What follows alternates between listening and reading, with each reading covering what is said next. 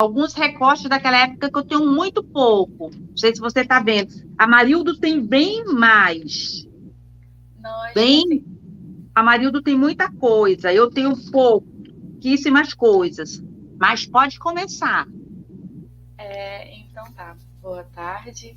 Hoje é dia 26 de janeiro de 2023. Nós vamos ter a presença e a oportunidade de entrevistar a professora Gina Rego Gama, que é uma forte representante do movimento estudantil, principalmente sendo uma ex-presidente do Centro Acadêmico de Pedagogia.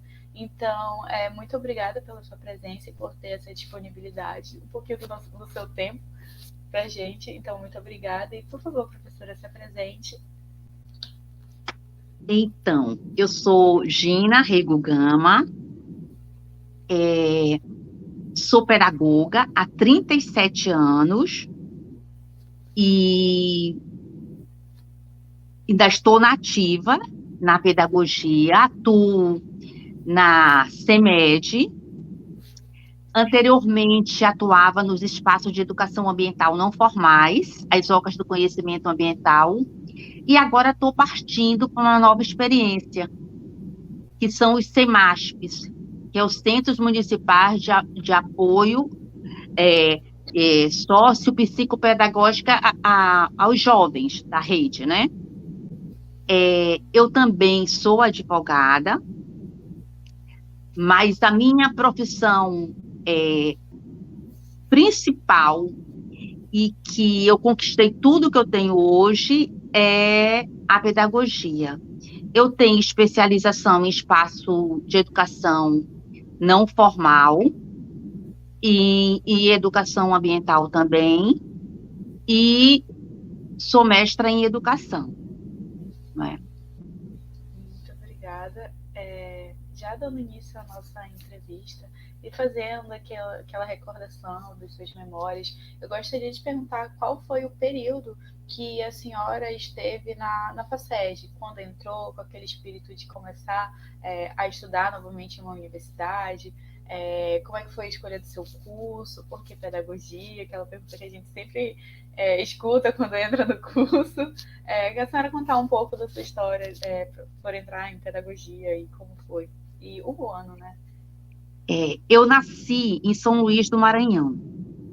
E meu pai era diretor das casas pernambucanas. Então, nós éramos praticamente nômades, vamos dizer assim. Então, nasci no Maranhão, estudei na minha infância em Teresina, no Piauí, e no início do ensino médio, meu pai veio transferido para Manaus. E eu fui estudar no Colégio Santa Doroteia, não é?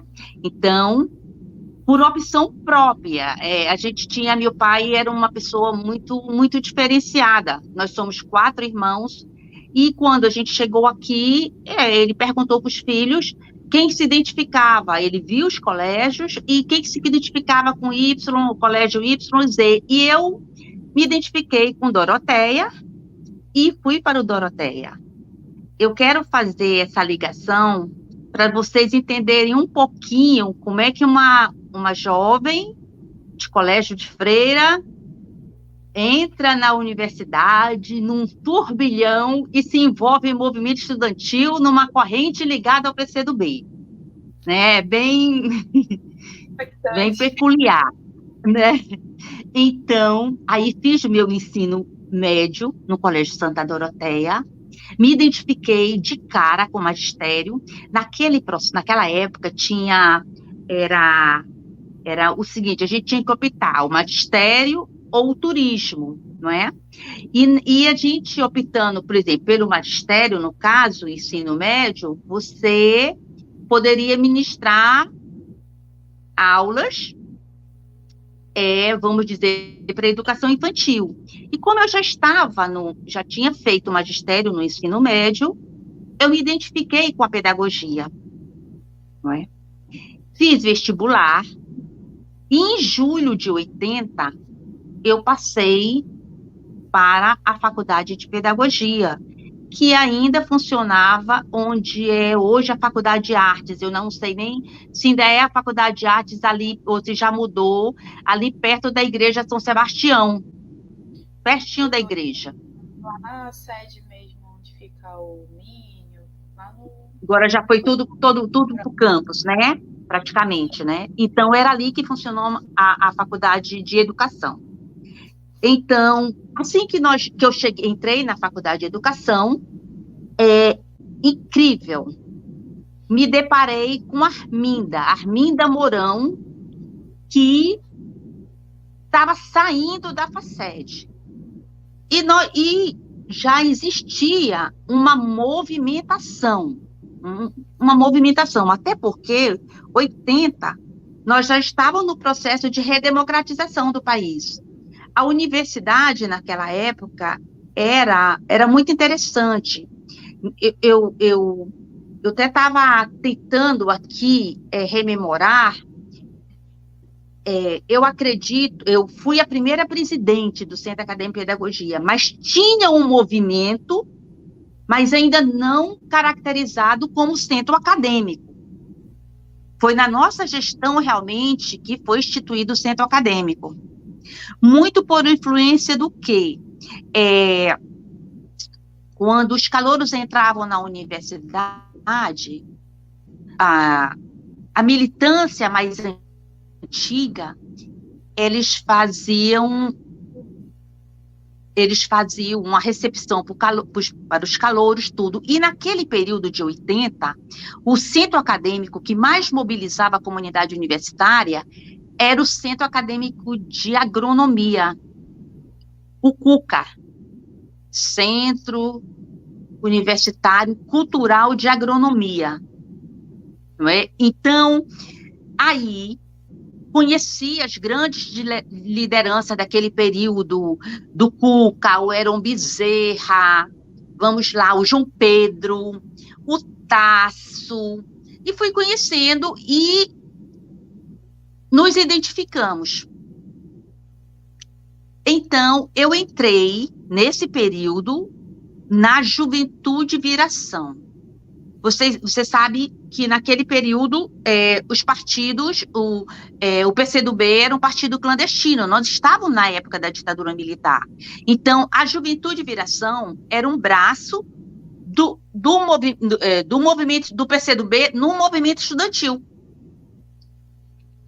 Aí, nós fizemos uma chapa e concorremos às eleições. Eu não me lembro se nós tivemos oposição, não sei se você já resgatou isso, mas nós ganhamos, né, essa eleição. Tá. Uma coisa que eu queria um pouquinho também ressaltar, nós ganhamos a eleição com bandeiras específicas da pedagogia, né? Tipo, por exemplo, mas pegando o gancho nacional, eleição dos diretores das faculdades, pela não reprovação no currículo. O que acontecia naquela época? Era muito interessante, Flávia. Se você ficasse reprovado, quando você se formava, vinha no seu currículo a reprovação. Olha. No currículo vinha a reprovação. Era uma bandeira específica. A gente não queria, a gente queria realmente colocar no currículo a sua aprovação, as disciplinas que você concluiu direitinho, tirando isso. Foi uma bandeira que nós conquistamos. Já coloquei a questão da direção da faculdade, eleições diretas, tanto a nível de reitor, quanto em nível das faculdades. Na nossa época, na minha época, o reitor era o Francisco Said, professor Francisco Said. Ele não era um professor progressista, Outra questão também da nossa gestão, específicas. Nós fundamos o jornal do Centro Acadêmico, que era o chamado jornal O Onça. Eu acho que tem colegas que têm algum exemplar desse jornal ainda. Eu tinha muito tempo, mas com mudanças eu perdi. E eu quero só abrir um parêntese nessa questão do nome. Essa questão do nome tinha tudo a ver quando a gente escolheu. Eu lembro muito bem que nós levantamos a questão por a onça representar um animal da floresta amazônica, né, forte, viril, e também resgatando a questão da luta pela preservação da Amazônia, já contra o desmatamento, que naquela época também nós levantávamos bandeiras específicas da universidade, no campo estadual, e também as bandeiras específicas em nível nacional. Mas tu podes interferir, Flávia, que tu podes colocar onde é que tu queres que eu pontue mais. Porque se tu deixar, eu acho que eu passo 10 horas falando. Então, vai direcionando para o que tu queres. A senhora falou sobre o jornal da onça, né? Da onça não, onça. Nós tivemos acesso a algumas charges em algumas partes também, que principalmente relatou vários assuntos que são discutidos atualmente, que de extrema relevância, como o ensino pago. Tem uma página que fala só sobre a universidade, sobre essa questão da universidade pública, traz a mulher no curso de pedagogia também. E eu tenho 2 perguntas, na verdade 3, mas vamos fazer gradativamente. A sua gestão, ela foi, então, a primeira, né, oficializada como CAP. Como é que foi, para a senhora poder contar o seu momento de vivência para criação desse CAP? O professor Heron Bezerra, ele já trouxe um pouco mais essa pegada da criação do CUCA, né, para tentar disfarçar, porque foi proibida a representação estudantil, a representação sindical também, até mesmo a expressão contra o governo militar. Então, que a senhora falasse um pouco sobre como foi a criação do CAP. O CAP, ele surgiu como? Vocês sentaram em uma roda de conversa e falaram, vamos fazer um centro acadêmico? Como foi? Vamos oficializar? Flávia, o que acontece?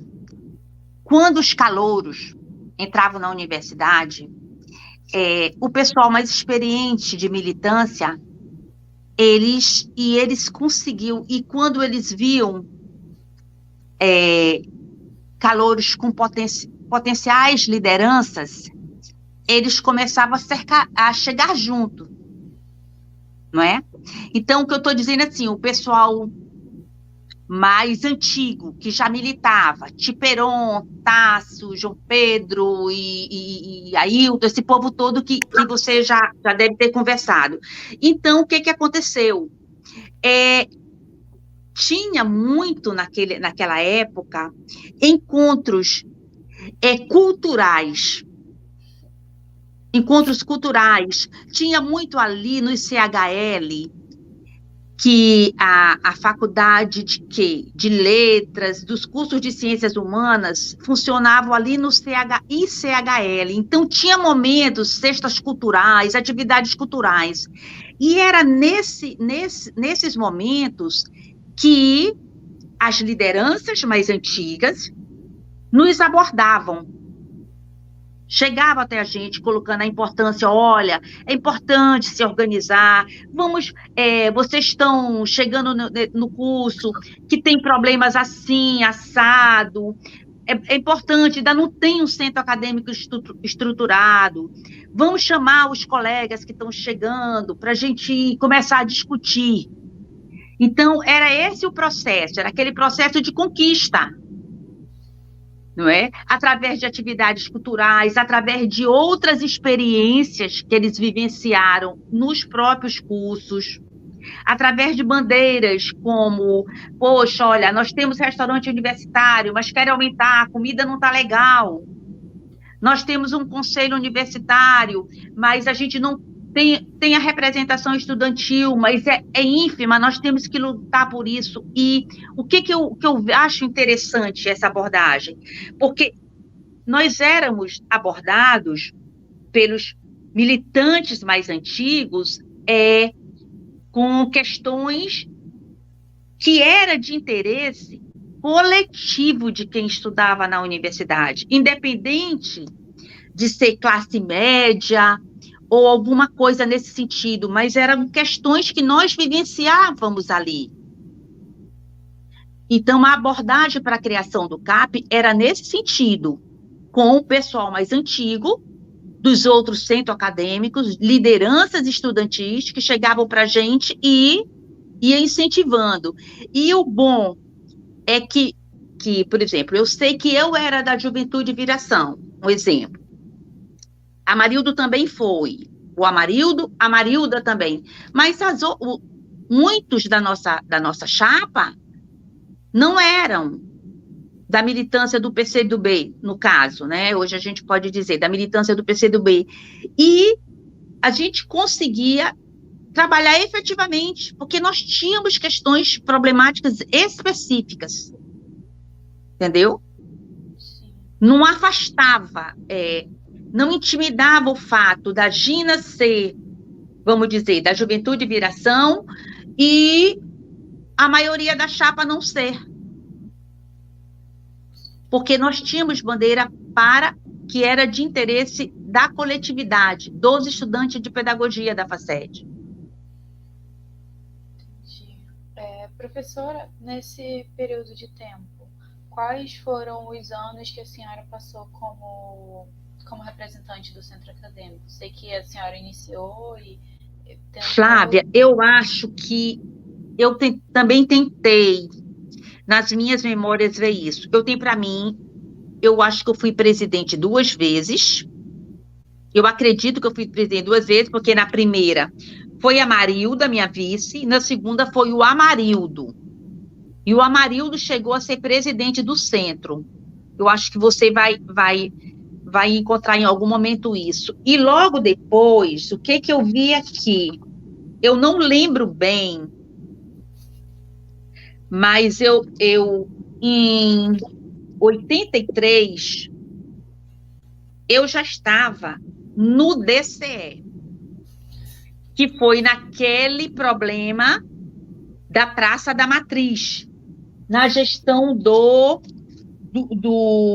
Gilberto Mestrinho. Aqui eu anotei que em julho de 83 eu era diretora de assuntos estudantis do DCE. Então, eu já não estava mais no centro acadêmico, eu já estava me projetando já em nível... Isso que era outra questão que eu ia perguntar da senhora também, sobre o DCE, como foi o seu papel. Eu vi que, se eu não me engano, a senhora também teve algum cargo, alguma representação na Uni, estou correta? Ou como?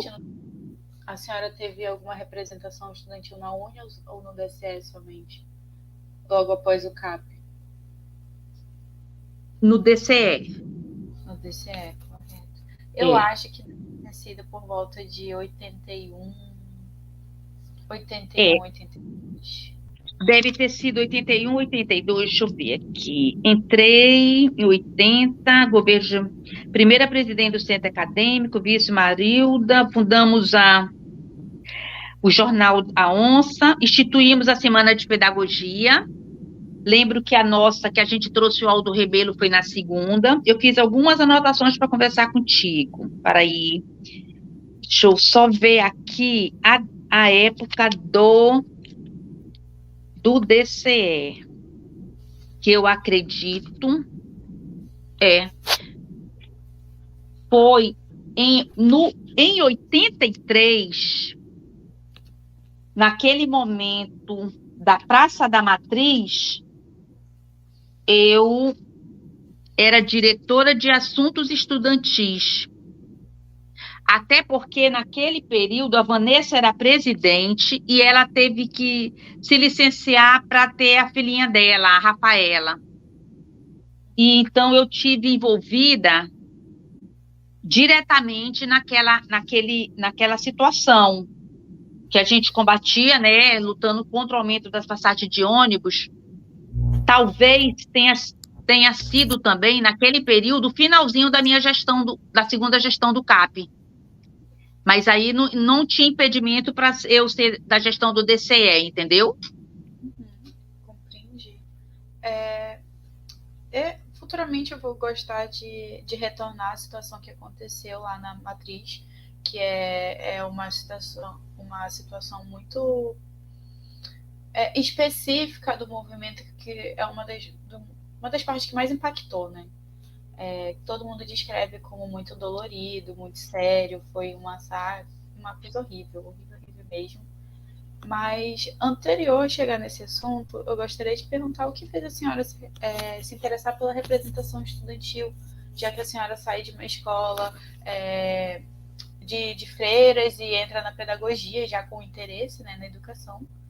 E o que fez o seu olho brilhar pela representação estudantil, por lutar pelos direitos dos estudantes? Olha, Flávia, como eu te falei, eu vim de uma escola conservadora, né? Mas o meu pai, ele foi militante na juventude. Meu pai foi militante sindical, né? Então ele pegou repressão, pegou o auge da ditadura. E minha mãe e o que aconteceu? E lá em casa a gente sempre discutiu essas questões políticas da época, entendeu? Lá em casa a gente foi criado lendo bons livros, discutindo a problemática do país mesmo, e meu pai não tolia a gente, não tolia, não é? Então a gente discutia abertamente, por exemplo, a guerra, e meu pai não era mais militante, meu pai era uma pessoa que dirigia uma empresa, né, no caso. Mas, por exemplo, olha, está acontecendo a guerrilha do Araguaia, a ditadura está reprimindo isso, e não sei o quê. Então, era realmente, assim, efervescente o desgosto de algumas pessoas com o estado que o país vivia, né? Repressão, falta de liberdade, carestia, tudo isso, não é? E na universidade, o que eu vejo? No colégio de freira, não, a gente não discutia muito isso, mas na minha casa se discutia. E a universidade, o que eu acredito? Que eu, por já ter essa veia na nossa casa conversar sobre isso, eu encontrei sabe, o ambiente ideal assim para explorar, para conviver, entendeu? Acho que eu só estava precisando disso. No caso, foi Tanto que eu me identifiquei. A minha turminha, pra você ter ideia, a minha turminha era a turminha questionadora. Eu queria aprender com o pessoal mais antigo, saber o que era, ler, a gente lia muito, entendeu? E isso era muito importante na militância. Por exemplo, o PCdoB, a gente lia muito, que você possa imaginar, de Karl Marx aos Lusíadas, entendeu? Sim. Professora, como que funcionavam as discussões dentro da Faculdade de Educação? Porque a FACEG, nesse período, ela se tornou um ambiente, não só ela, mas outras também, de discussão no sentido de compartilhar ideias, pensamentos, pessoas com opiniões diferentes, mas que liam, estudavam bastante e conseguiam dialogar sobre opções políticas particulares e de conversar com professores, e como é que funcionava esse ambiente da FACED nessa questão de debate, de comunicação relacionada ao período que estava se passando e as opiniões políticas? Sim. O que se tinha? Nós tínhamos muitas assembleias estudantis, onde se discutia, juntavam os estudantes, se discutia as questões específicas nossas, né, dos cursos. Nós tínhamos muitas atividades culturais, que já, na nossa época, não era DC, era o DU. O Diretório Universitário proporcionava para toda a comunidade acadêmica cestas culturais, atividades culturais, encontros, tá. Nos intervalos também, a gente usava muito, nós não tínhamos restaurante, a FACED funcionava onde eu te falei, então nós não tínhamos restaurante, mas nós tínhamos uma cantina. Ali também a gente discutia muito. E outra coisa importante, Flávia, que é preciso a gente relatar, que eu estava rememorando, nós tínhamos, apesar de ser a época da ditadura, mas nós tínhamos professores extremamente questionadores. Extremamente. Nós tínhamos os reacionários, como a gente chama, mas tínhamos questionadores. Por exemplo, a Juscelin Belchior, a Ju. Não sei se você já ouviu falar. O nome dela. Professora de psicologia nossa. É importante você conversar com a Ju, se ainda não conversou. Não. Ela, nas aulas dela, ela nos levava a questionar muito. Quem foi o meu professor de filosofia? Você sabe que filosofia a gente viaja. Mas nós tínhamos um ótimo professor de filosofia, que era o Cirino Bessa. Ele era ligado ao PT, porque em 80 e pouco o PT já 80 era PMDB, Arena, o PT já surgiu na década de 80, meados de 80, isso mesmo. A Marlene Pardo.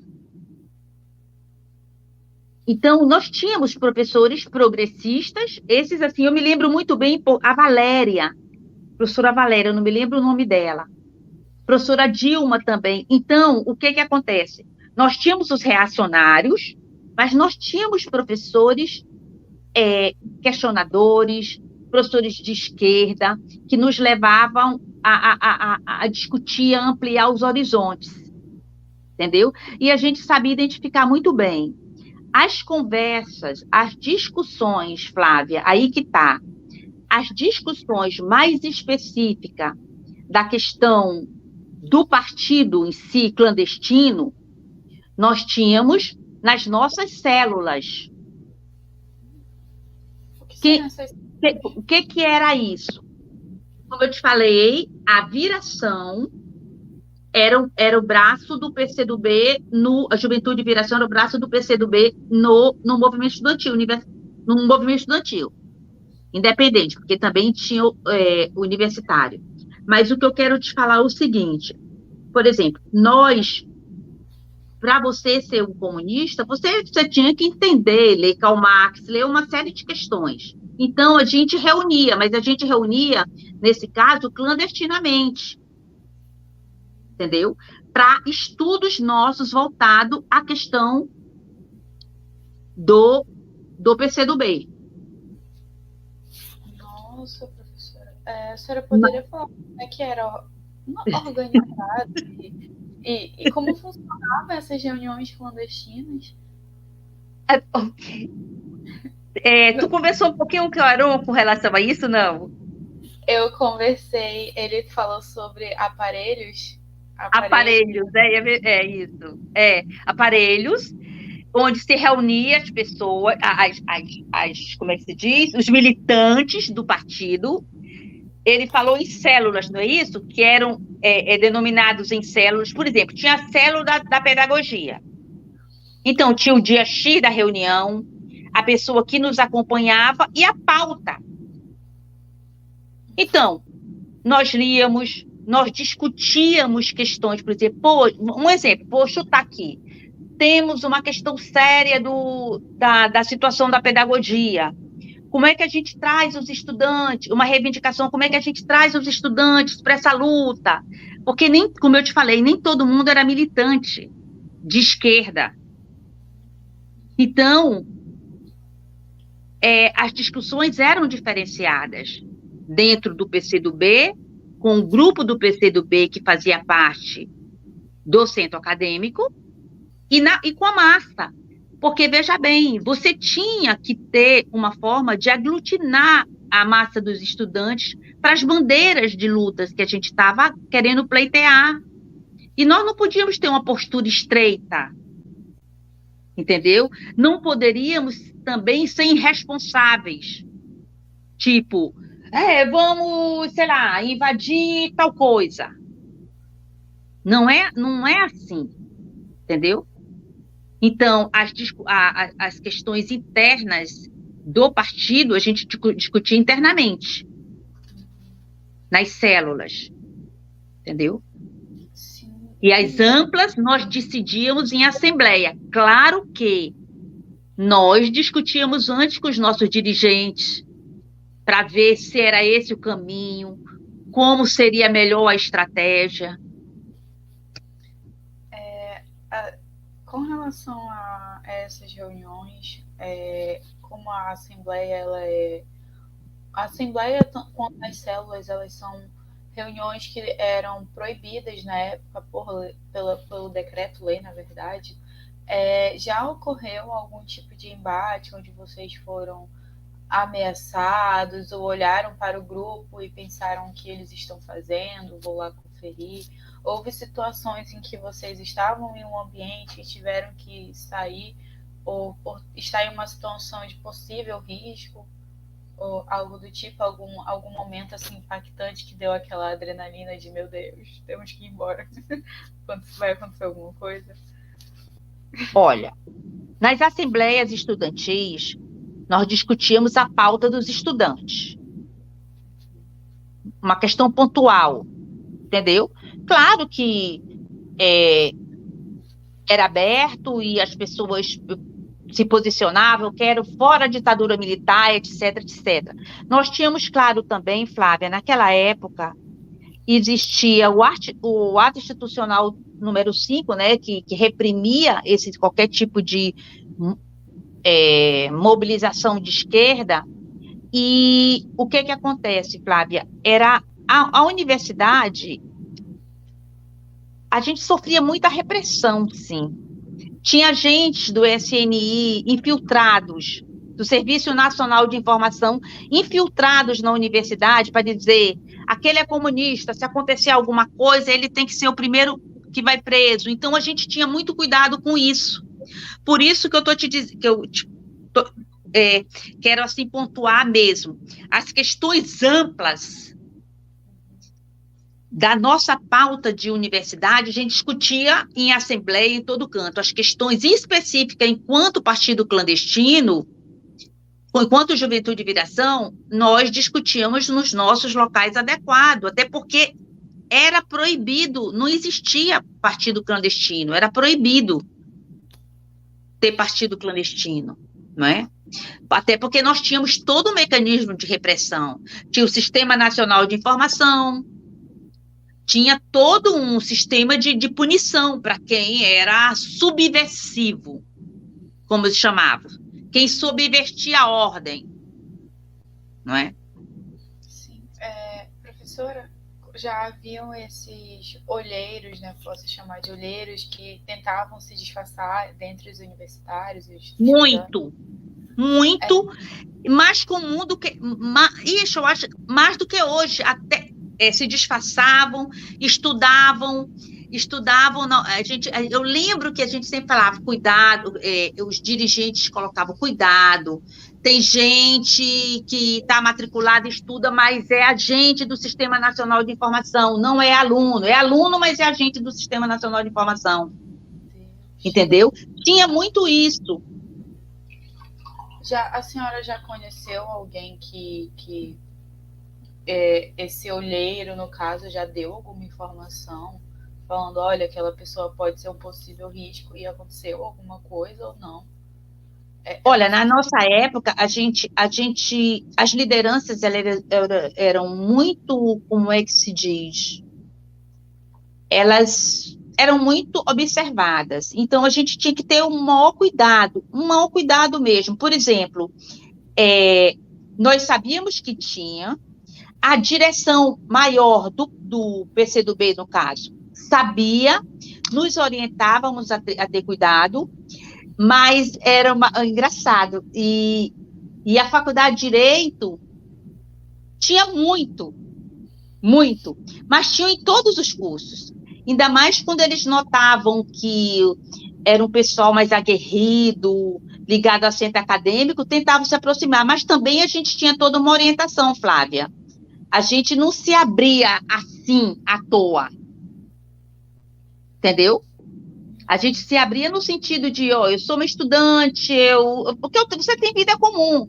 Você era uma estudante que militava para todo mundo. Olha, quem é a Gina Gama? Um exemplo. A Gina Gama é a filha do seu Gama lá.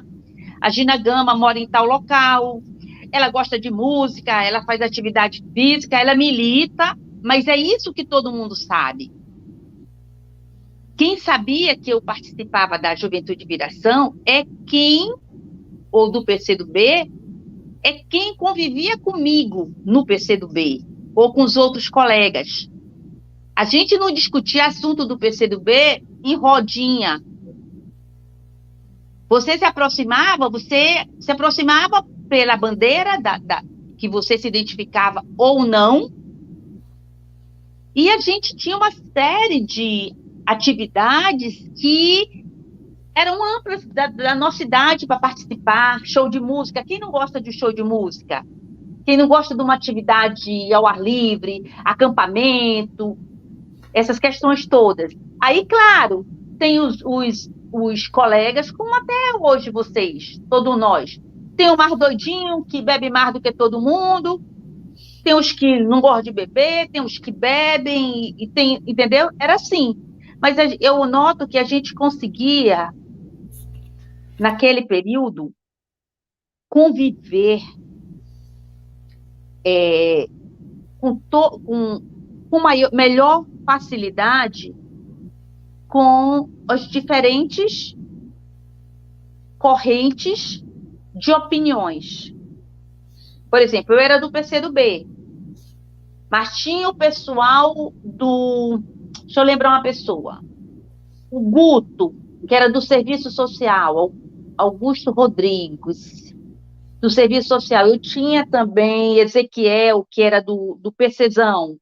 A gente discutia normal, conversava normal. Mas na hora de defender ponto de vista na Assembleia, cada um defendia o seu. E a maioria votava no que achava correto. E ali a gente respeitava a decisão da maioria, ainda tem essa. Bem democrático, diferente do período atual, né, que estamos vivendo. Exatamente. Até porque, no fundo, Flávia, no fundo, o que todos nós queríamos, enquanto jovens, idealistas, nós queríamos o fim da ditadura militar.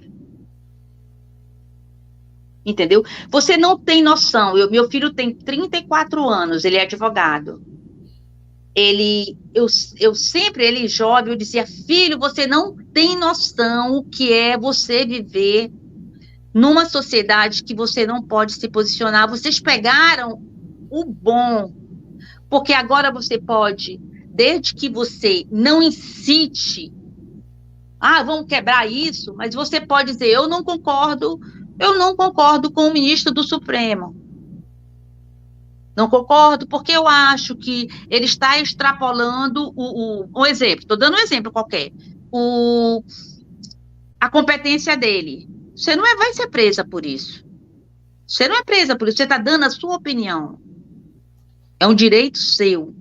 Só que na época da ditadura, minha amiga, era pão, pão, queijo, queijo. Você tinha que rezar na cartilha.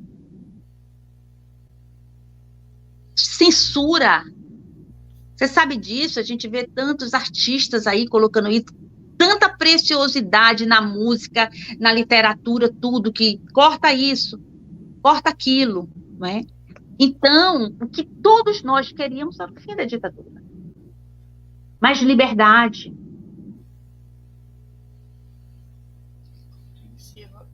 Professora, a senhora poderia explicar como funcionou um pouco a sua candidatura para o centro acadêmico, como é que estava, como foi a votação? Eu sei que a senhora realmente não recorda se havia outra chapa, mas a sua gestão em si, se organizando e apresentando para os estudantes de pedagogia, até mesmo as propostas que vocês tinham, além da, como a senhora já mencionou, da eleição direta para o reitor da universidade, o presidente da universidade.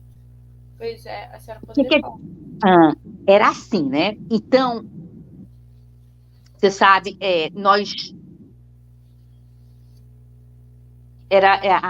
a eleição era composta de chapas. Então, a gente pegava algumas lideranças. Vamos dizer, eu sou do 2º ano de pedagogia, né? Então, vamos pegar, a gente também, isso eu lembro, a gente tinha essa preocupação, vamos pegar estudantes de vários períodos. Por quê? Porque na hora de votar, a gente não vai ter uma chapa só de calouro. Os calouros que vão votar. Vão votar e a gente corre o risco de ter... chegar a nossa proposta só até os calouros. Então, o que acontecia? Nós nos reuníamos com algumas lideranças, com as lideranças do curso, nós levantávamos as pautas que estavam nos inquietando no âmbito da pedagogia e montávamos a chapa, não é? E aí, Flávia, tinha todo um processo democrático em cima disso. Nós montávamos as chapas, levantávamos propostas, nós fazíamos campanha, literalmente, de cartazes, de nome da chapa, de tudo, de entrar em sala e professor incentivar. Olha, vamos receber agora o pessoal da chapa tal, que eles vão expor a proposta deles. Beleza. Daqui a pouco entrava a chapa Y. Beleza. E outra coisa, tinha também, interessante, debate entre as chapas. Tinha todo um processo de discussão, aí que se partia para o processo de eleição. Tinha uma comissão eleitoral, tinha tudo direitinho. E os estudantes no dia X iam e votavam na sua chapa. Depois nós éramos empossados, tudo direitinho, tudo. Tudo oficializado. Então, tudo muito bem oficializado junto à direção da unidade. Nós éramos chamados para as discussões também. Claro que aí todo mundo defende seu ponto de vista, né? Até porque o reitor e os diretores de unidades eram todos escolhidos pelo regime que estava em vigor. Tinha até, eu lembro, eu peguei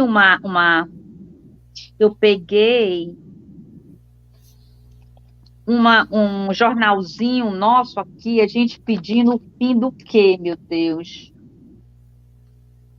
É um negócio assim, super interessante. O que a gente levantou? Revogação do decreto, da lei, decreto-lei. Quer ver? Tu anotas aí para pegar. 6733, de 1979. 67. Que esse decreto-lei 6733, a gente queria a revogação desse decreto. 6733, de 1979, que é a data do decreto, que a gente queria a revogação dele, por quê? Porque era esse decreto instituído pelo presidente da República, que ele era de competência dele, a nomeação dos reitores e dos diretores das faculdades. Então, nós queríamos eleição direta para os reitores e para os diretores das faculdades, né? Então, você vê hoje vocês têm a lista tríplice, não é isso? Sim. Isso aí, Flávia, luta nossa de 80. 80 nós queríamos eleger, imagina. Os nossos dirigentes da universidade não podíamos, eram eleitos pelos governantes, pela ditadura. E é uma cadeia, né? Porque infringe várias ações dentro da faculdade. Se são pessoas do governo militar, se o diretor da FACED é do governo militar, qual é o tipo de educação, o tipo de currículo, o tipo de profissional que a FACED vai estar formando, no caso? Exatamente. Exatamente. Mesmo assim, vocês ainda conseguiam debater em sala de aula sobre opções partidárias, sobre o que seria o socialismo, o comunismo, o que é a ditadura militar, se era contra ou se era a favor. É impressionante. Agora, Flávia, o movimento estudantil era muito forte. Muito forte. Então, você sabe que você, numa correlação de forças, você tem que abrir concessões. Mesmo você tendo todo aquele aparato, eu sou nomeado de fato e de direito pelo fulano de tal, mas nós estávamos num processo de redemocratização, e aí nós não tínhamos só o estudantil, nós tínhamos, eu estou falando em nível nacional, e em nível local também, nós tínhamos o estudantil, nós tínhamos o sindical, nós tínhamos a insatisfação da população com aquele Estado que se vivia. Então, tinha que ter concessões. E ainda tem um detalhe. O que acontece? A gente tentava negociar, argumentando, usando Olha, nós usávamos todo o nosso poder de convencimento. Só que quando a gente não conseguia, pois a gente vai parar isso aqui.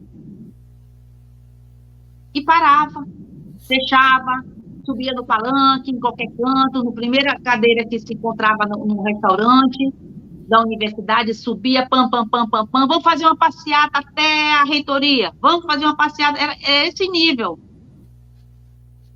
Professora, até essa situação que a senhora falou sobre os bancos, né? Qualquer cadeira já servia para lutar contra.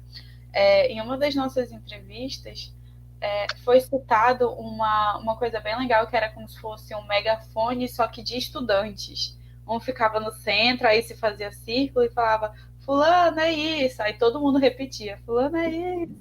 Para ficar bem mais alto. A senhora chegou nesse momento.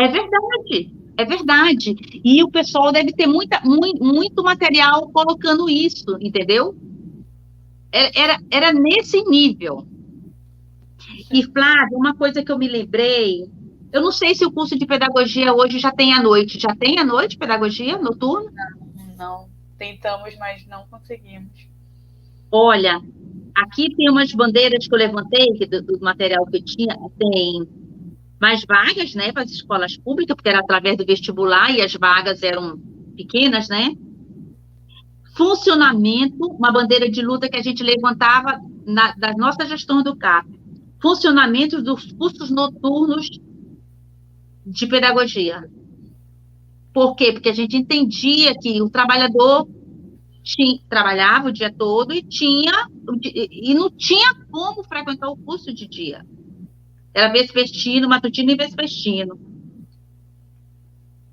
Até hoje levantamos as mesmas pautas, falando sobre a necessidade que os alunos precisam trabalhar, precisam sustentar e que necessitam de um curso noturno, mas até agora não tem. Não conseguimos, né? Não. É fogo. Professora, já dessas propostas de desenvolvimento, a senhora consegue recordar algumas, além das que a senhora já falou, né, que já ficou evidente com relação à votação, pautas que vocês levantaram para os estudantes de pedagogia na gestão, para vocês se elegerem, no caso? Deixa eu dar uma olhadinha aqui. Eu acho que eu tenho aqui alguma coisa.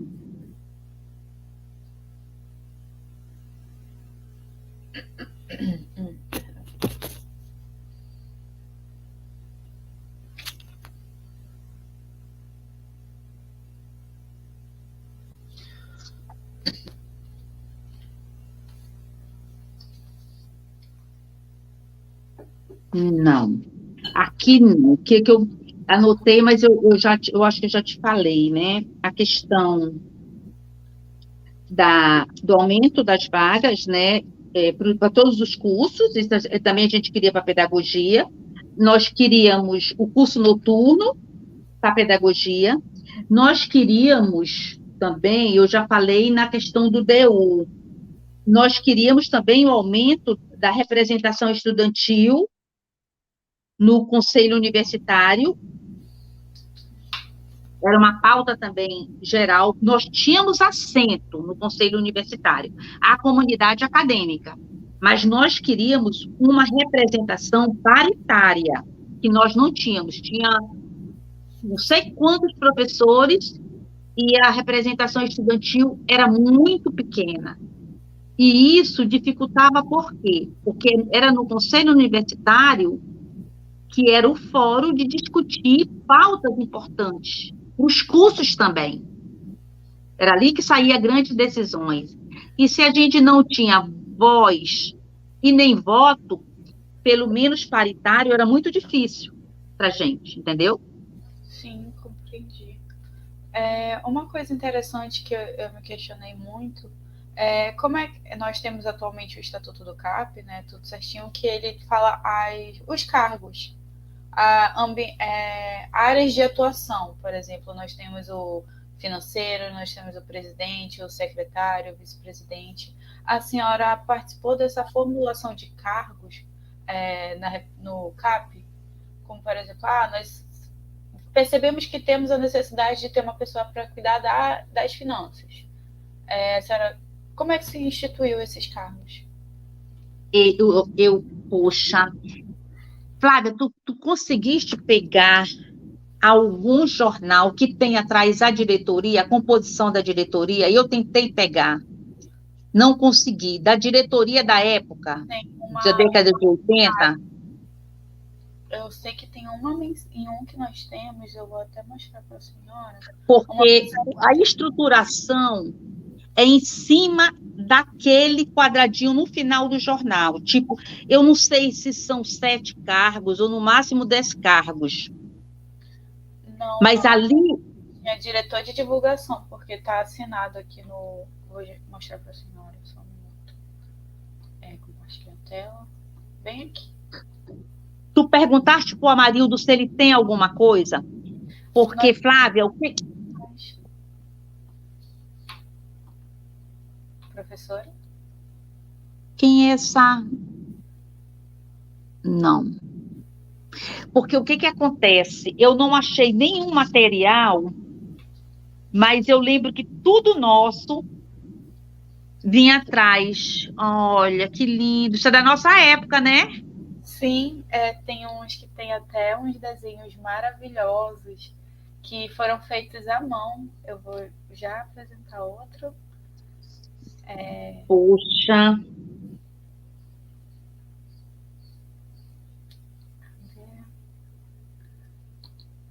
Tem até um bem legal que é um assunto que nós vamos falar sobre o que ocorreu na matriz, né?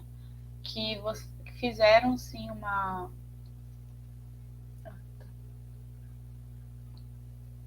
Só um minuto, perdão.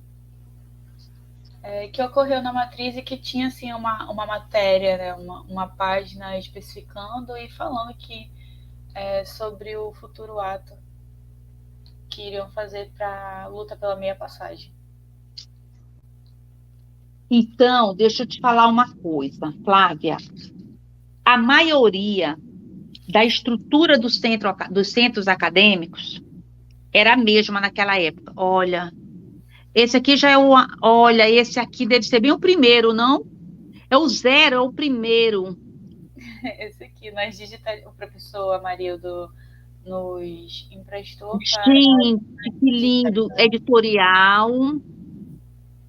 Meu Deus, será que não tem a diretoria, Flávia, nesse? Olha, A, estru- professor, a ele foi. estrutura era uma só, viu? Dos outros centros acadêmicos, eram todos a mesma. Nós temos os cargos, né? Mas na verdade seria entender onde vocês encontraram a necessidade de definir esses cargos. Como, no caso, a gente tem o secretário, tem o vice, tem o diretor de divulgação, tem a pessoa que se comunica com os estudantes, mas como é que foi pensado esses cargos? A estratégia, no caso, olha, nós temos que ter um secretário, porque alguma pessoa tem que tomar conta do financeiro, algo do tipo. Os Tem. cargos, eles foram pensados em cima das estruturas das experiências dos outros centros, entendeu? Em cima disso, olha, aqui tem convocação para alguma coisa.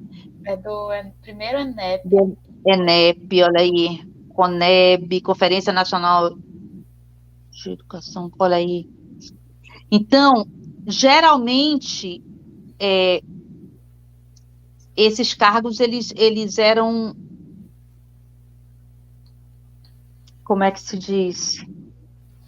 Era definido em cima das experiências dos outros centros acadêmicos, Ah, sim, sim. entendeu? Compreendi. Pegando Era essa... a minha dúvida. Ah, Agora eu queria mostrar um bem legal que eu acho que ele é um dos meus favoritos, porque ele é um marco sobre o ato público que ocorreu devido ao incidente da Matriz, que foi no dia 28 de setembro de 1981, que tem os desenhos da polícia. eu acho que esse desenho é do Tasso, hein? Não está escrito não, né? Ao fim, creio que não. Eu acho muito parecido com os traços dele. A PM indo atrás dos estudantes e fazendo um chamamento, né, para conversar aqui no final com o prefeito sobre a meia passagem.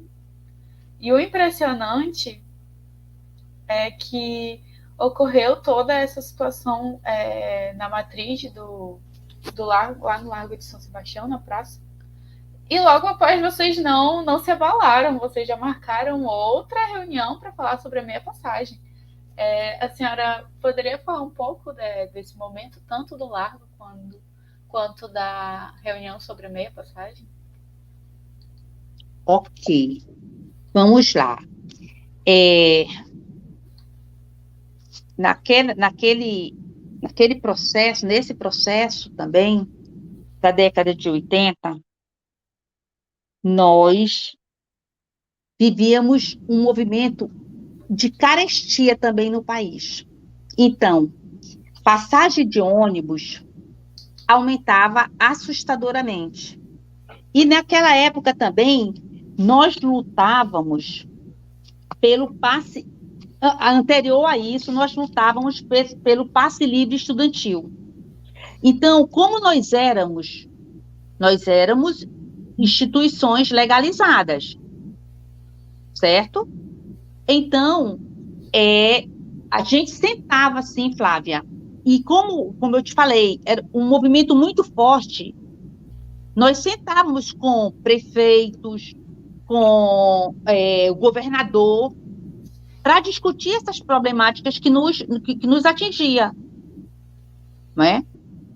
Então, o que tu queres saber sobre a matriz? É a matriz? Isso, como foi vivenciar esse acontecimento? Eu não consigo nem chamar aquela de experiência, porque foi algo muito negativo para os estudantes, né? Foi um marco no movimento estudantil. Olha, o que aconteceu? Essa questão de Manaus não foi uma questão isolada. Vinham ocorrendo aumentos exorbitantes de passagem de ônibus em todo o Brasil. Nós vivíamos uma situação de uma inflação muito alta mesmo. Então, nós tínhamos como eu te falei, o movimento sindical se organizando pelo finzinho da ditadura, movimento estudantil, movimentos indígenas, a sociedade organizada como um todo. E o que aconteceu? Em 83, veio um aumento exorbitante das passagens de ônibus. E nós chamamos um ato público na matriz. E o nosso objetivo era fazer o ato público, que isso era comum. O que é ato público? Onde nós nos reuníamos e nos fazíamos ouvir pela sociedade de modo geral. Naquela época tinha uma imprensa também muito forte, cobria tudo. E o nosso objetivo era ir à matriz, ali onde tinha o terminal, era ir até o Palácio do Governo, que funcionava na 7 de setembro. E realmente nós convocamos exaustivamente, isso todas as forças políticas, todo mundo, exaustivamente, para uma grande mobilização na Praça da Matriz, 5 horas da tarde, onde nós estávamos protestando pelo aumento das passagens de ônibus e queríamos que ela fosse reduzida. De lá, nós sairíamos em passeata ao Palácio para falar com o governador Gilberto Mestrinho. Ok. Realmente, nós nos mobilizamos, por exemplo, como é que acontecia? Antes das mobilizações, todos os estudantes, vamos dizer, a gente ali a FACED era ali perto da São Sebastião. Então, a gente já saía em passeata, sabe, Flávia? O ICHL, que era ali no outro local, já saía em passeata, administração não sei o quê. E a gente já ia, todo mundo se deslocando. Essa situação foi muito séria, porque essa atividade foi chamada, quem estava dirigindo esse ato éramos nós, estudantes universitários, e o pessoal da UESA, que na época eram estudantes universitários, os estudantes secundaristas, a Selma, professora Selma Bassal, o Sandro, que era o irmão dela, que fez pedagogia, que também foi presidente do Centro Acadêmico de Pedagogia. Sandro faleceu, né? Foi professor de vocês, Sandro Bassal? Não, mas ele pegou os meus amigos que eram veteranos. Ele ainda conseguiu dar aula para eles. Mas a mim não. A Celine, o Sávio, Michelangelo Boto, tá. Esses eram os secundaristas e nós universitários. E nós nos deslocamos. Só, Flávia, nós perdemos o controle. Meu Deus. O que aconteceu? E isso a gente ia com megafone, com carro de som, com tudo. Era uma confusão, tá? Falando e não sei o quê, porque a gente fazia um palanque e depois juntava as lideranças todinho, todo mundo discursava. Era assim que funcionava. E por que é o horário? Porque é 5 horas da tarde, porque é o horário que os trabalhadores estão saindo do seu trabalho para ir para casa, todo mundo ali, tudo se concentrava na Praça da Matriz, e nós poderíamos ser ouvidos por mais e mais pessoas. E foi isso que nós fizemos. Então, nós fomos, tá? Nós perdemos o controle da situação. O que aconteceu? Tem até liderança de estudantis que diz que sabe quem atirou a primeira pedra no ônibus. Eu não sei. Eu não sei porque eu estava caminhando para lá com outro grupo. Um militante, uma pessoa, um cidadão, atirou uma pedra no ônibus, no vidro do ônibus. E isso tornou um efeito em cadeia. Começou depredação dos ônibus na matriz. Chegou a polícia e vários estudantes foram presos e detidos. Detidos e ameaçados e etc, etc. Eu não fui presa, eu estava ajudando a dirigir o movimento. Eu não fui presa porque eu fui João Pedro já era deputado estadual. João Pedro era do PCdoB, mas o PCdoB era clandestino. Então, João Pedro era deputado. Tinha 2 partidos naquela época, já, né, no processo de redemocratização. O MDB e a Arena, né? É isso. Então, o João Pedro já era deputado estadual e ele me resgatou. Me resgatou, não fui presa. Mas muitos colegas nossos foram presos do movimento estudantil. Então, nós não conseguíamos chegar ao palácio para falar com o governador, que era o Gilberto Mestrinho. Só que o governador Gilberto Mestrinho não estava em Manaus. E estava o vice, que era o Manuel Ribeiro. Então, aqui tem, né? Aqui, eu não sei se tu pegaste, tá aqui. O governo não se, eu não sei se você pegou esse material aqui do levante de, aqui diz, 23 de setembro de 83. Agitadores, seja o que for, serão presos e processados, disse ontem o governador Gilberto Mestrinho a falar pela primeira vez sobre os distúrbios provocados por manifestantes e estudantes contra o aumento nos preços da passagem de ônibus. Irritado, o governador acusou os manifestantes que se rotulam de esquerdista de serem manipulados pelo PCdoB, que está usando os estudantes desinformados e crianças até. Gilberto Mestrinho retornou ontem de madrugada a Manaus, retirou qualquer possibilidade de retornar à mesa de negociação com os estudantes. Aí vem, né? Então, o que aconteceu? Ele realmente, nós sofrimos muito com isso. Nós fomos perseguidos, a gente dormia com carros rondando a nossa casa, os estudantes que foram presos, nós tínhamos advogados democratas, mesmo que acontecia uma coisa com a gente, já corriam para a delegacia, já acompanhavam, porque a gente vivia naquele processo realmente de repressão, né? O que diz mais aqui? Ao acusar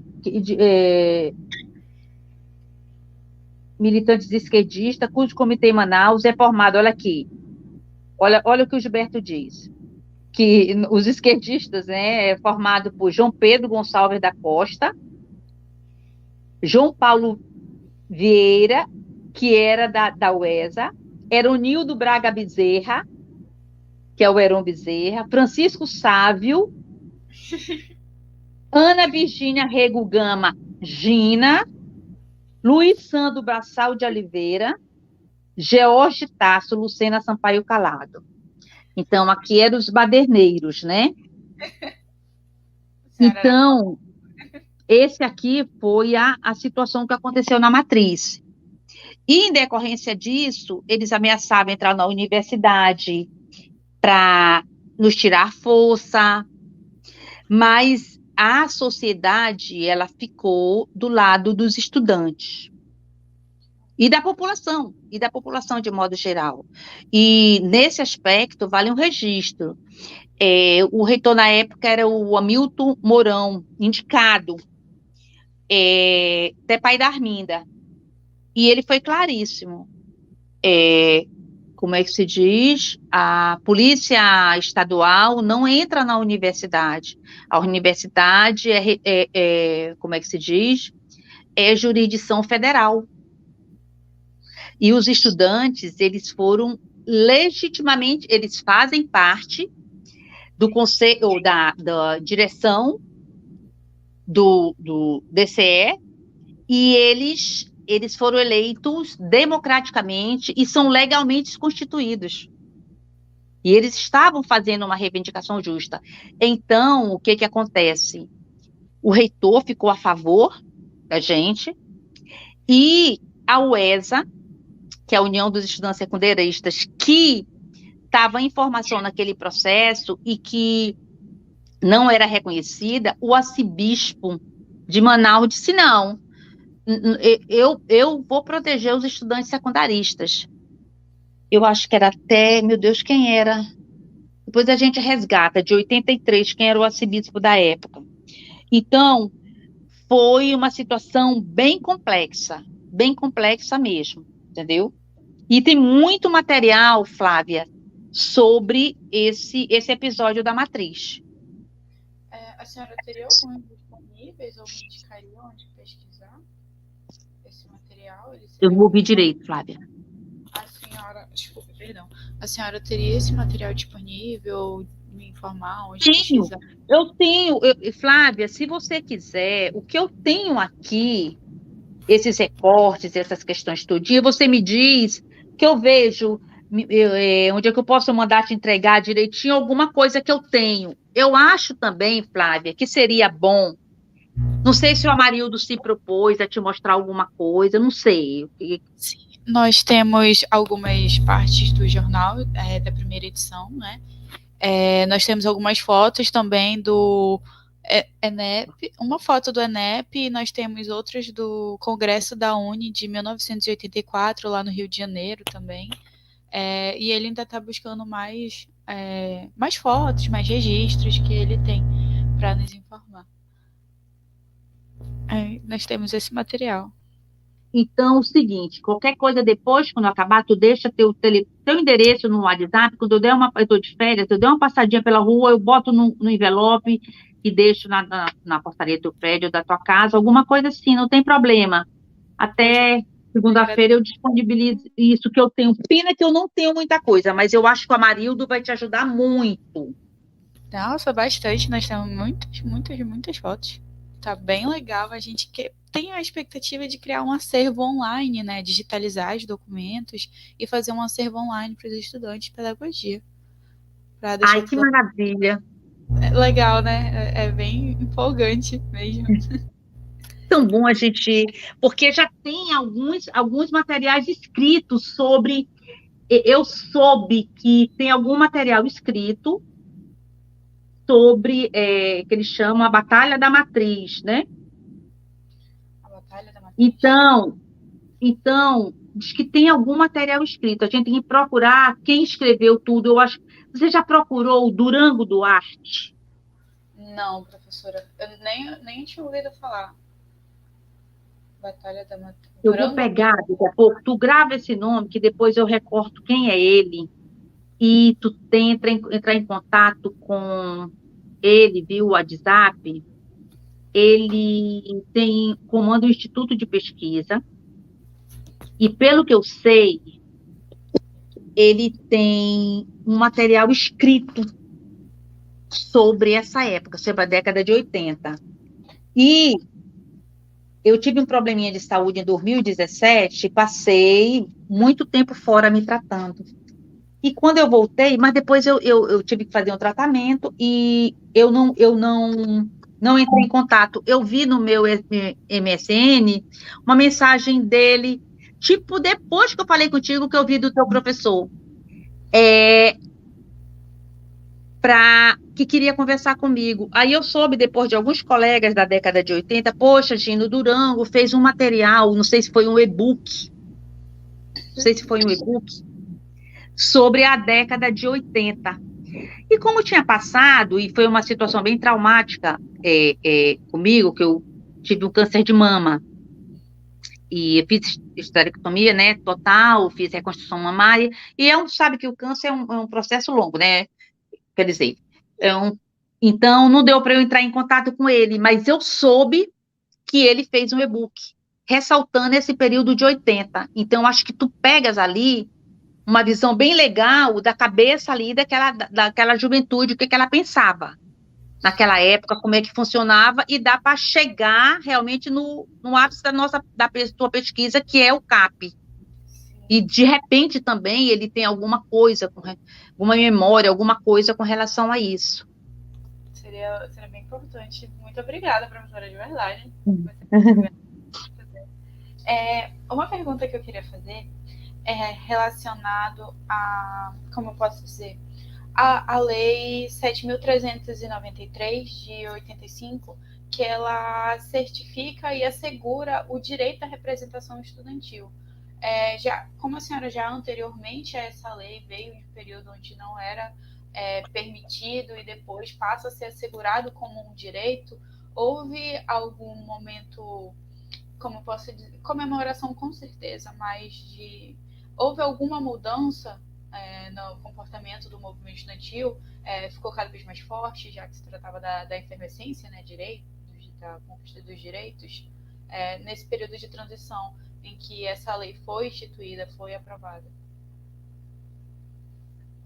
Essa lei foi instituída em que ano, hein, Flávia? 1985.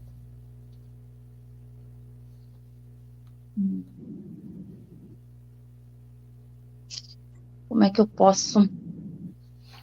Tu queres saber se tem alguma mudança pelo fato de nós sermos legalizados, estarmos de fato e de direito legalizados? Sim. Não é? Exatamente. Da nossa atuação por... Eu vou te dar uma opinião muito, muito particular. Nós sempre nos sentimos, a nossa disposição de luta era tão grande e a nossa representatividade era tão grande que nós tivemos que ser legalizados à força, praticamente. Então, é como se fosse de fato e de direito, entendeu? A lei, ela, no meu entendimento, ela só veio referendar uma questão que era... Estava acontecendo. Entendeu? Sim. Que não tinha mais por onde correr, não tinha deixar de enxergar. Porque o movimento estudantil era forte, tinha penetração, não é? Tinha legitimidade, aí é que está, para reivindicar, porque ele era escolhido pela comunidade. Então, a lei veio só referendar. Referendar, no meu caso, só referendar uma situação que já era de fato e de direito. Entendeu? É assim que eu penso. Só reformulando, a lei ela só veio para reafirmar mesmo, só foi, mas já ocorria, né? Evidentemente. Mas a senhora também foi presidente do DCE, correto? Não, eu fui diretora de assuntos estudantis do DCE, entendeu? Diretora de assuntos estudantis, eu acho que eu participei de 2 gestões do DCE, diretora de assuntos estudantis e diretora de imprensa. Em 83, nesse levante aqui do Gilberto, eu estava na direção do DCE, que participei ativamente, tanto que os relatos, eles colocam que eu participei, como a Vanessa estava de licença de maternidade, eu participei diretamente das negociações na questão do aumento da passagem de ônibus. E também eu fui uma das mais perseguidas também, não é? Bem mais perseguida, porque estava à frente. Funcionava essas perseguições que a senhora vivenciou? Como é que elas ocorriam? Se a senhora já passou por uma situação mais difícil, mais intensa? Desde a questão de seu carro ser seguido, de você dormir com sua família e você ter carro à noite, ter pessoas te seguindo, até tipo, uma posição bem machista. Quando eu fui detida, eu coloquei para ti, eu não fui presa, né?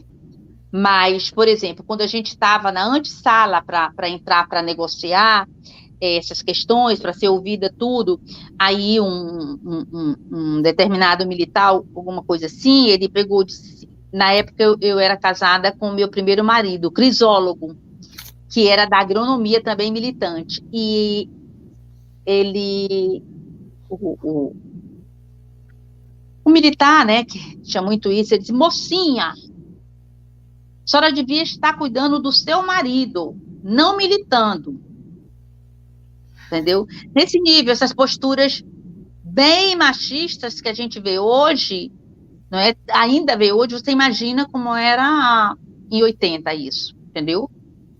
E, claro, todos os tipos de ameaça que você pode ter, não é? Vai acontecer isso, aquilo, outro, e aí o que acontecia? A gente se resguardava, a gente andava em grupos, a gente tinha todo um cuidado com isso, ninguém dava, sabe, bobeira nem nada, procurava não ter, fazer tudo, Flávia, para não ter nenhum deslize. Porque tem situações, Flávia, até que nós soubemos, sabe, que quiseram plantar drogas em bolsas de militantes. Você tem ideia, o nível, Em constante entendeu? pressão, né? Constante preocupação. Aí o quê? É uma forma o quê? Como é que se diz? De desvalorizar o movimento, de o movimento perder a credibilidade. Tipo, você imagina plantar droga numa mochila? A gente usava muito mochila de um militante e dizer que tá vendo? Não disse? Aquele ali é o baderneiro, olha ali, ele é um drogado. E quiseram, e nós sabemos tudo, e só não foi feito porque a direção maior da universidade disse não, não, isso não, isso não. Mas Entendeu? Era nesse nível a repressão. era andar em constante preocupação, aquela ansiedade, e agora, o que será o amanhã, vai acontecer o quê? Exatamente. Os pais, meu pai tinha pavor, minha família tinha pavor. Minha filha não foi para isso, mas mãe, a gente só está lutando pelos nossos direitos, mas você vê que não sei o quê, entendeu? Mas o que acontece? Por que não acontecia o pior? Porque, primeiro, tinha muito democrata apoiando. Segundo, já estava no finalzinho, não tinha mais oportunidade para, entendeu?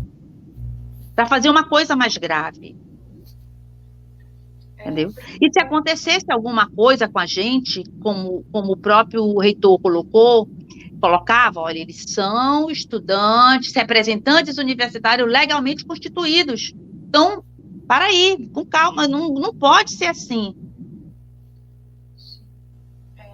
Houve outros momentos, além da fatalidade, né, daquela questão trágica da matriz do Largo, em que vocês sentiram esse impacto com a polícia? Houve outras histórias que lhe marcaram aquilo que a senhora guarda na memória até hoje? Eu acho que o mais impactante foi realmente a matriz, né? Claro que em consequência da matriz já teve ou tinha outras situações, teve outras situações com professores, etc. Mas para a gente, assim, o mais impactante mesmo foi a matriz. Até porque nós não saímos com intenção de quebrar ônibus nenhum.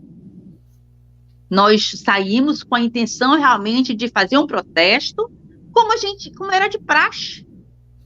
Como era de praxe.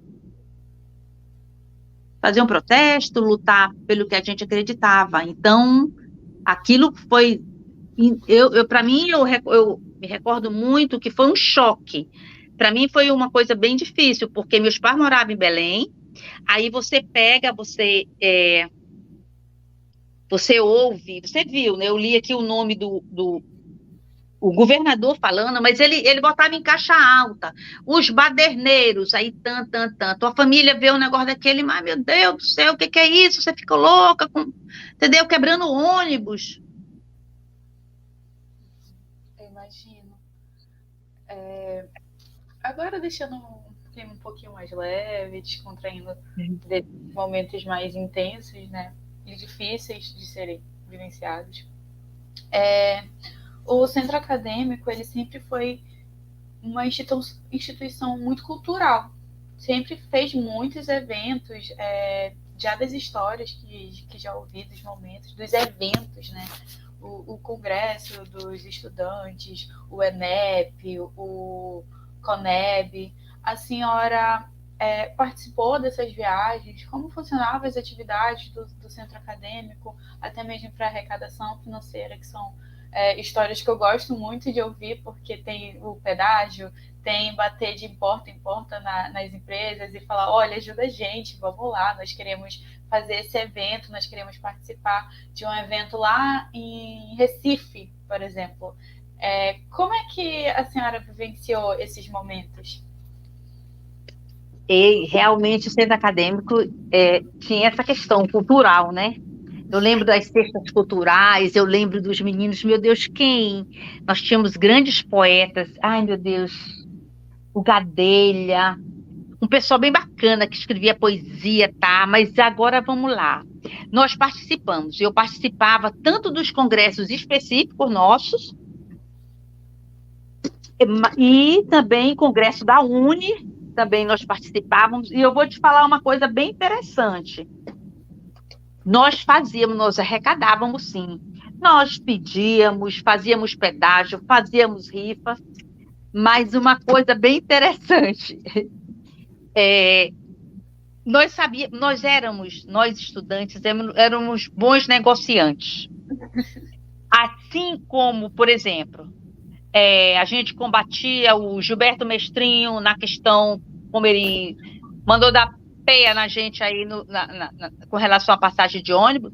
Quando tinha congresso, a gente procurava e pedia passagem para a gente ir. E ele ainda dava. Pode acreditar. Então, era isso. A gente sabia negociar, a gente ia atrás de todos os setores, todos, inclusive governamental, aquele que a gente descia o pau também. E na maioria das vezes eles contribuíam. Mas nós contribuía na grande maioria das vezes. Grande maioria das vezes. Mas nós fazíamos também muita atividade. Muito. E geralmente conseguíamos levar uma boa representação. Até porque nós entendíamos, naquela época, que se o estudante ele saía daqui e ele via toda essa efervescência, essas discussões que estavam se tendo no nível nacional, ele ia poder contribuir efetivamente na luta, né? Quando chegasse aqui, contribuir efetivamente na luta pelas nossas bandeiras, ou mesmo até entrar para a Juventude Viração.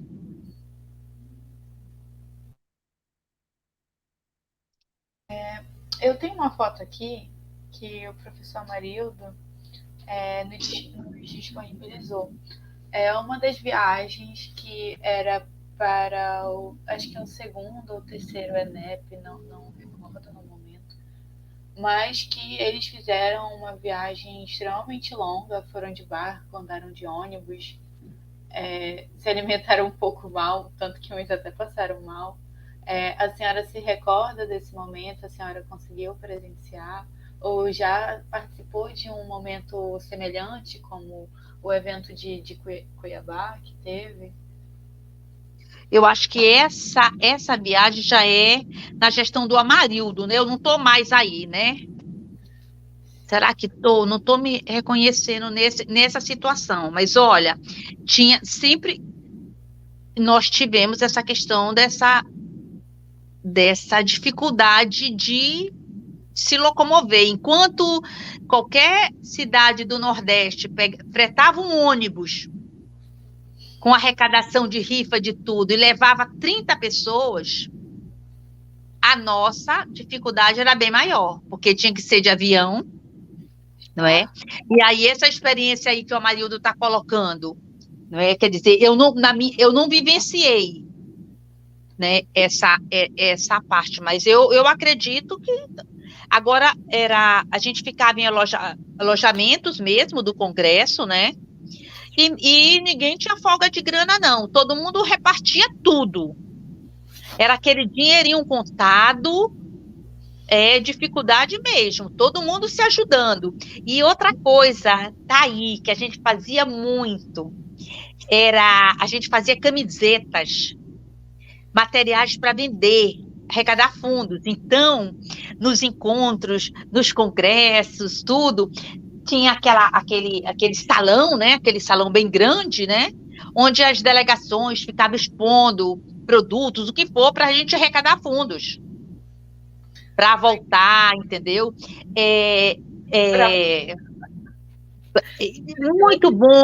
E a troca de experiência com outros colegas, que a gente gostava muito. Nos encontros, quando eram os nacionais, outra coisa que é importante, quando eram nos nacionais, nós tínhamos os encontros por curso. Você está entendendo? De quem estava ali.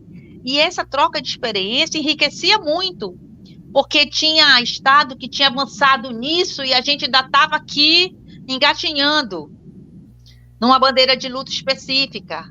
Então, essa troca ela é muito boa.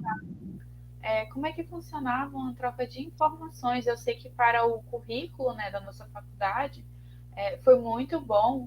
Até mesmo no cenário político, vocês compartilhavam de opiniões do que estava acontecendo na época? Sim. Esses encontros, eles favoreciam essa troca, não é? Até porque a gente está falando uma época onde a gente não tinha as novas tecnologias, não tinha internet, não tinha nada disso, né? Então, esses encontros eram trocas. E também o seguinte, nas semanas que ocorriam, em cada estado, semana do curso tal, semana não sei o quê, sempre trazia alguém de fora. E a direção maior da União Nacional dos Estudantes estava sempre percorrendo os estados, Flávia. Então, trazia informação, o curso tal, e os jornaizinhos. Nós tínhamos, as entidades estudantis, elas tinham jornais, todas, desde a Uni, a nacional, ao tu vê o pequenininho, o CAP aí, muito timidamente, com seu primeiro jornal, mas todo mundo tinha jornal, todas as entidades, então a gente trocava muito, entendeu? Entendi. Tinha esse intercâmbio, tinha essa troca, principalmente porque a gente queria avançar. Onde estava avançando, a gente queria também ter aquelas conquistas.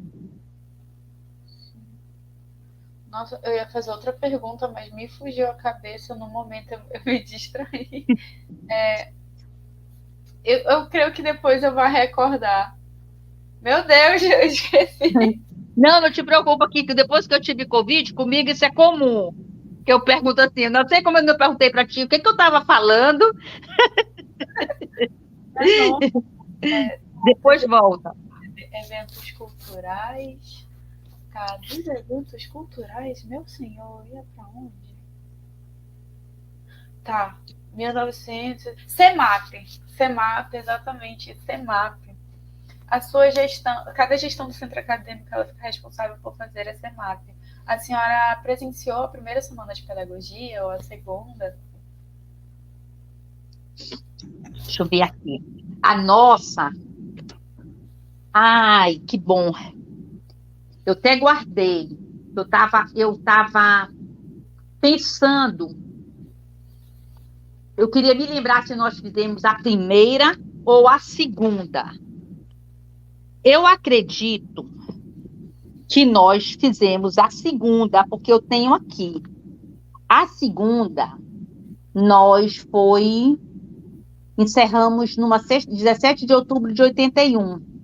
Nós trouxemos o presidente da Uni, aí vai em frente àquela discussão que eu coloquei para ti agora, olha. Espera aí, Flávia. Vou escanear isso para ti. Deixa eu mandar isso para ti. Olha, aqui, tem aqui. Onde é que está a manifestação? Aldo Rebelo falou ontem no encerramento da Semana de Pedagogia. Então, segunda Semana de Pedagogia, outubro de 81. E nós tínhamos financiadores, tá? Era isso que eu também queria colocar. Por exemplo, aqui, um financiador nosso era a Livraria Nacional. Nós distribuíamos direitinho as pastinhas com canetas, com tudo. que era o José Maria. Nos parece que o José Maria morreu há pouco tempo.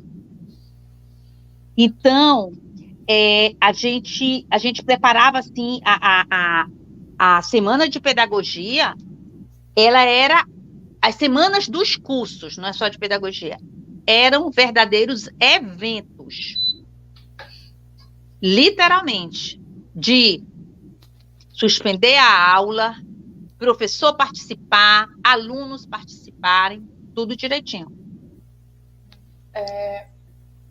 Eu ia perguntar, e a senhora tem conhecimento de como foi a primeira semana de pedagogia? Não tenho. A memória eu tenho dessa segunda. Já somos nós. Já é a gestão que eu estava à frente. Outubro de 81. Eu não sei, eu até conversando com a Arminda, eu digo, Arminda, ela disse, imagina, do Aldo Rebelo, na minha cabeça, era a primeira semana de pedagogia. Eu digo, não era. E eu só me toquei porque tem o material aqui da Livraria Nacional. Então, não poderia ser a primeira. Não sei se o Amarildo tem alguma coisa.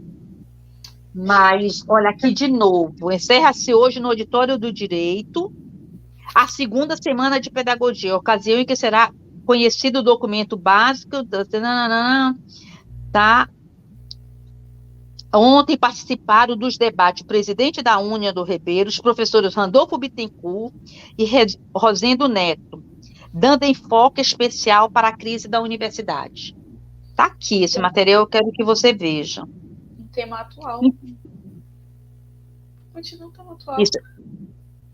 Continua atual, né? E cada vez mais atual, o que é pior, não é?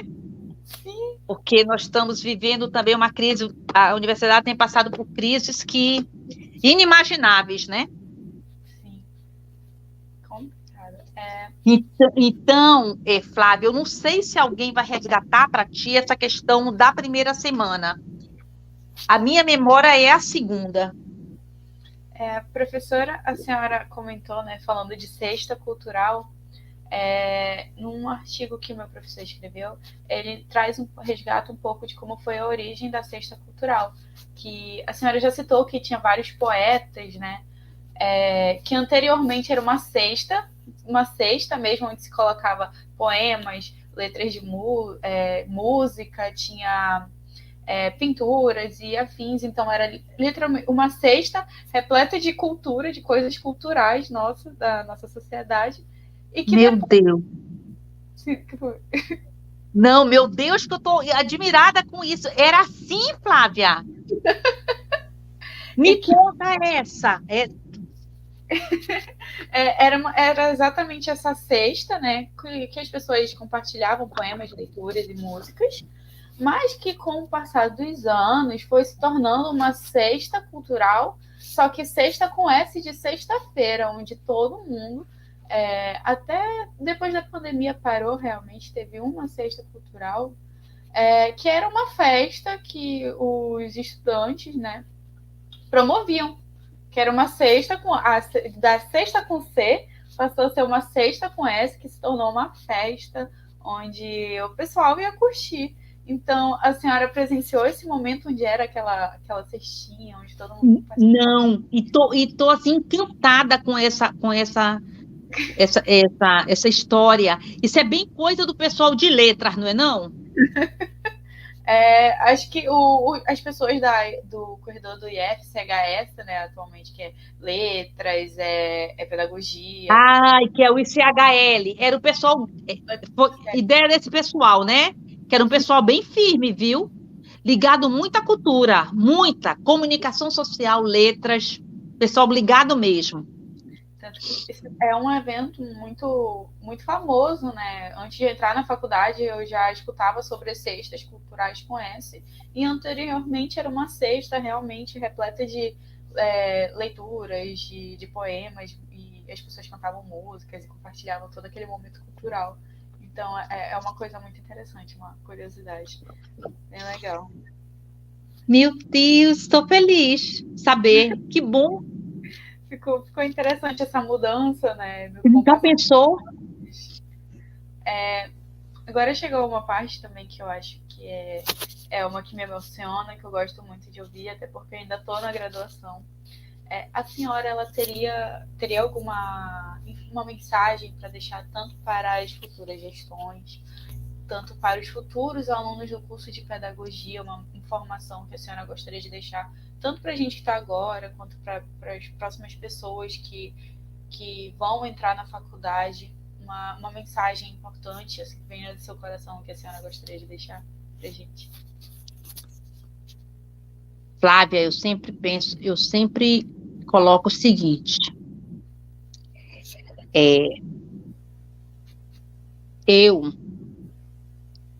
eu não vejo a educação, a área de educação, a área pedagógica, como um sacerdócio. Eu vejo como uma vocação, você nascer vocacionado, não é? Então, aí que eu quero chegar. Quem escolhe a área de educação tem que ter claro que ela tem muito percalços. É uma área, muitas vezes, na maioria das vezes, desvalorizada, não é?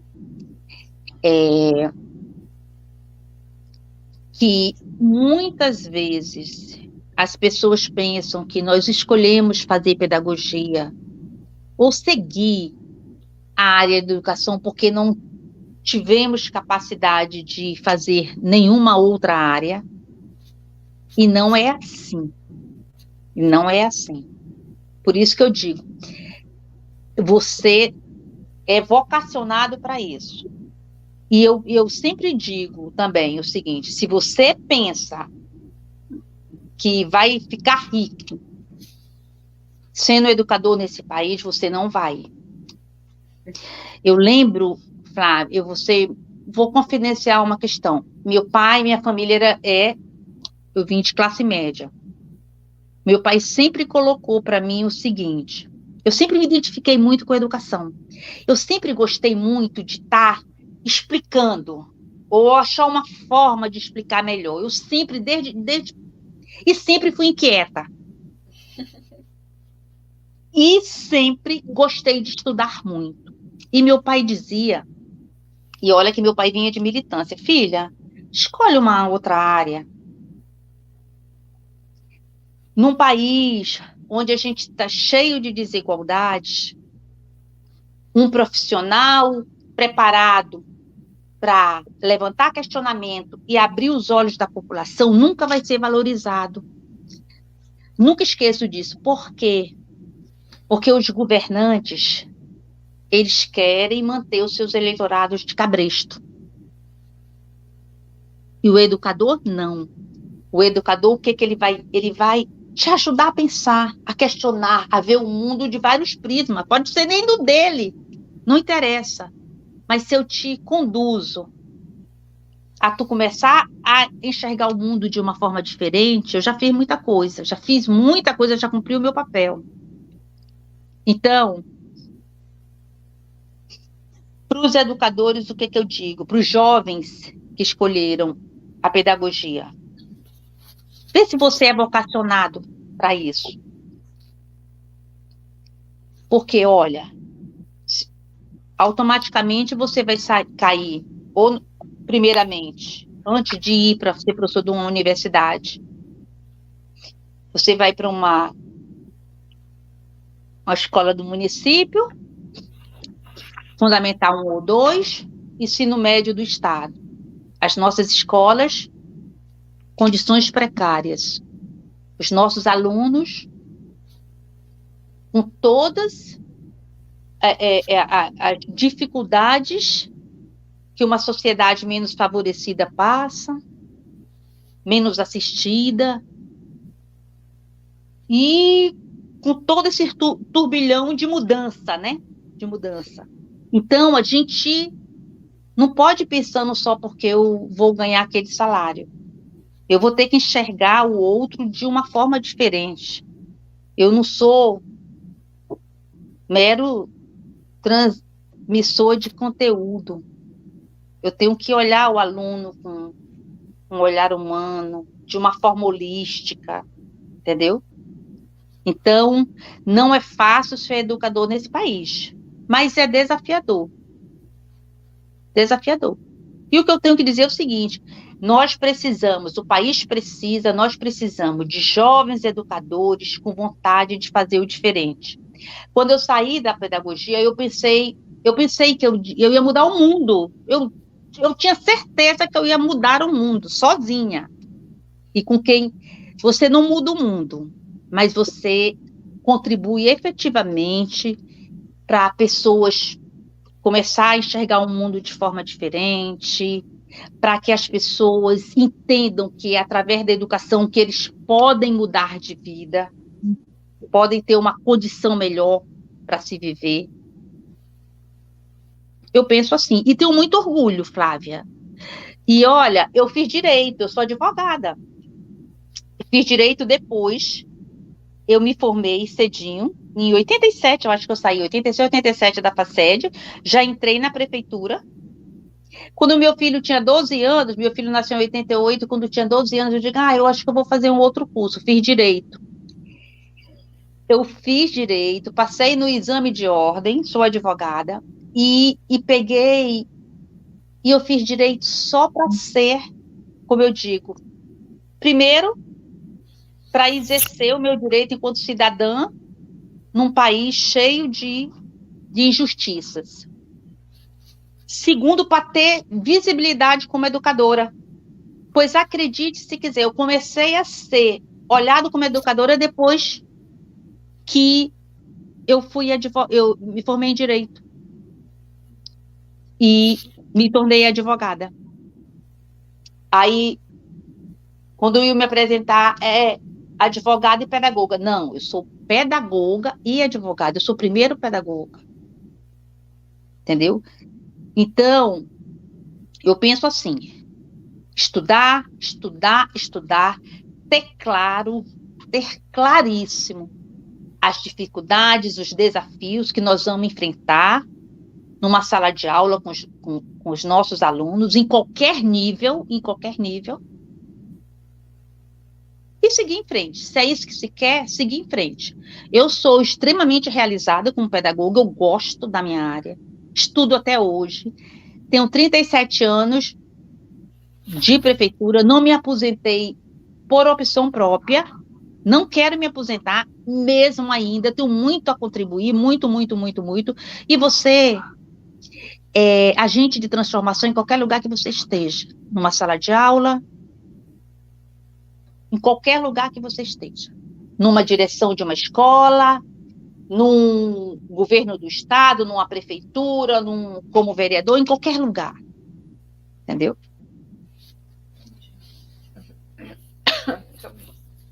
Obrigada, professora, de verdade. A gente vai chegando ao fim da nossa entrevista. Eu gostei muito de ouvir as suas histórias, as suas opiniões, as suas experiências. Elas vão agregar bastante no meu trabalho, então obrigada por ter disponibilizado esse tempo. E obrigada pela a sua fala final, que ela é extremamente valiosa. Eu creio que compartilho, né, desse sentimento e às vezes até mesmo desses anseios, dessas dúvidas que durante a graduação a gente sempre tem, será, vai ou não vai, como é que é? E eu creio que essa mensagem ela vai servir bastante para, né, os nossos futuros graduandos e futuros pedagogos. Muito obrigada, professora, de verdade. E, Flávia, eu só tenho a agradecer a você